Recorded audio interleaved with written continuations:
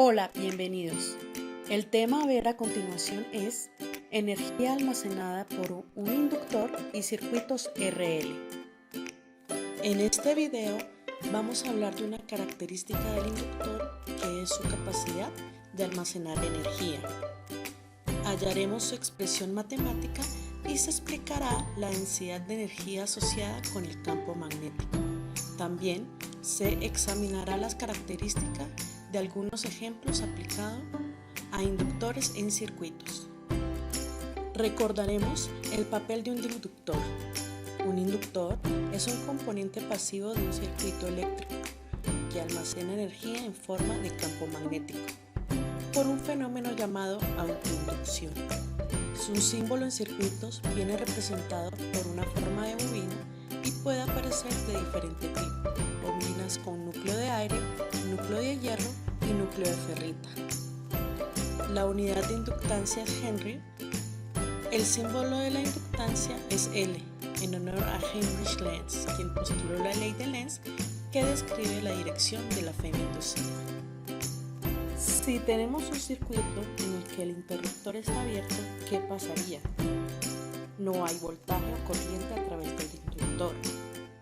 Cuando el interruptor se cierra, hay una diferencia de potencial, permitiendo la circulación de la corriente. A medida que la corriente fluye, crea un campo magnético. La corriente empieza igual a cero y crece gradualmente. Semejante a un capacitor, el inductor va a almacenar energía, pero debido a la presencia de un campo magnético. Como se ha explicado, debido a las corrientes variables existe una autoinducción.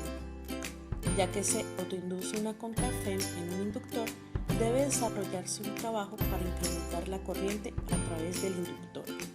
Para calcular el trabajo, lo definimos a través de la potencia, donde la potencia es la razón de cambio de trabajo que se realiza por unidad de tiempo.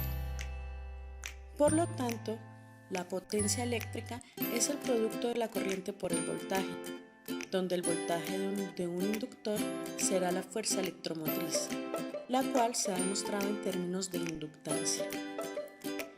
Reemplazando su expresión, obtenemos la potencia instantánea que se debe suministrar para iniciar la corriente en la inductancia. Reemplazamos en la definición de potencia, los diferenciales de tiempo se cancelan y el trabajo será la integral del producto de la inductancia, la corriente y un diferencial de corriente. El trabajo para incrementar la corriente a través del inductor va desde I igual a 0 hasta un valor de corriente I. De esto, obtenemos la expresión general de trabajo en un inductor. Una vez que se ha almacenado energía dentro del inductor, podemos decir que hay energía almacenada en forma de energía potencial. Por otro lado, se acostumbra a preguntar por densidad de energía magnética. La energía almacenada por un conductor puede expresarse por unidad de volumen, lo que nos da el concepto de densidad de energía en el campo magnético, que es un concepto similar al de densidad de energía en el campo eléctrico visto anteriormente. Estamos considerando todo el volumen del núcleo del solenoide. Por lo tanto, será el producto del área que encierra el embobinado del solenoide por la longitud. También tenemos el coeficiente de autoinducción. Reemplazamos todo en la expresión de densidad de energía. Los elementos de área y longitud se cancelan.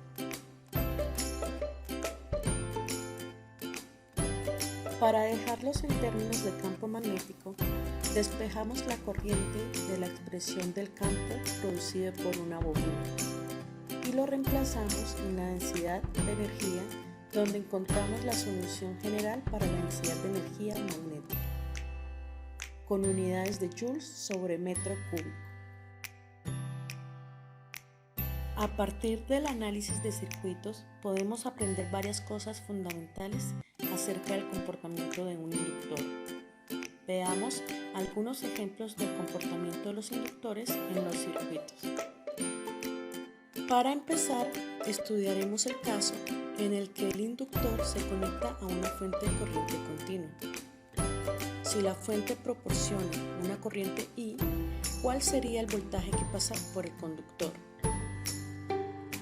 La relación nos dice que el voltaje a través del inductor es proporcional al cambio en la corriente que pasa por este. Como la fuente de corriente proporciona una corriente constante, la razón de cambio de la corriente es cero, por lo que el voltaje a través del conductor es cero.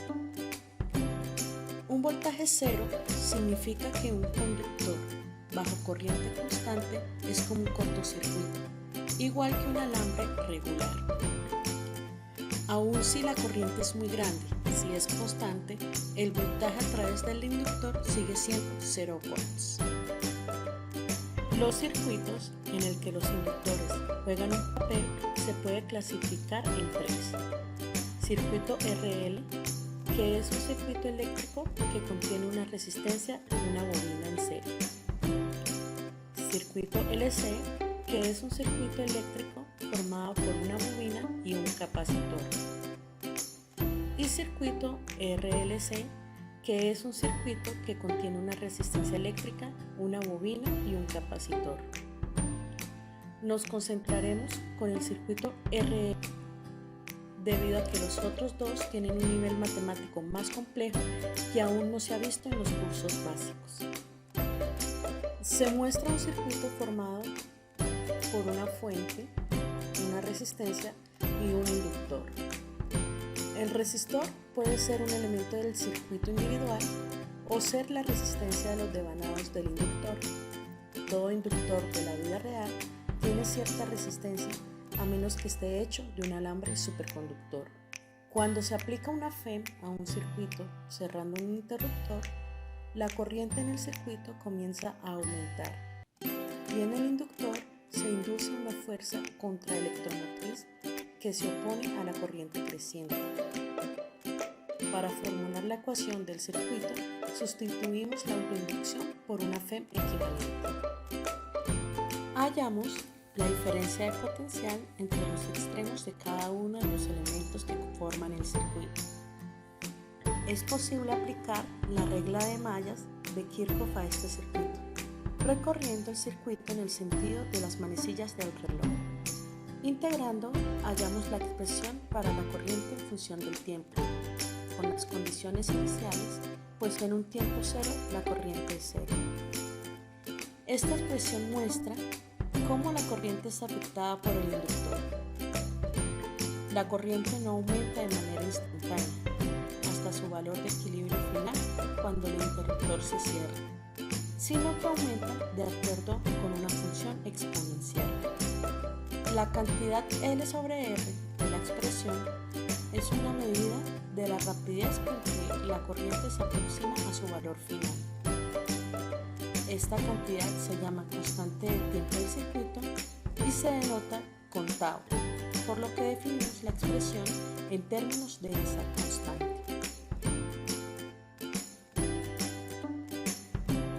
Si se ha establecido la corriente máxima en el circuito y desconectamos la batería, la corriente no alcanza el valor cero de forma instantánea, sino que tarda cierto tiempo en desaparecer del circuito.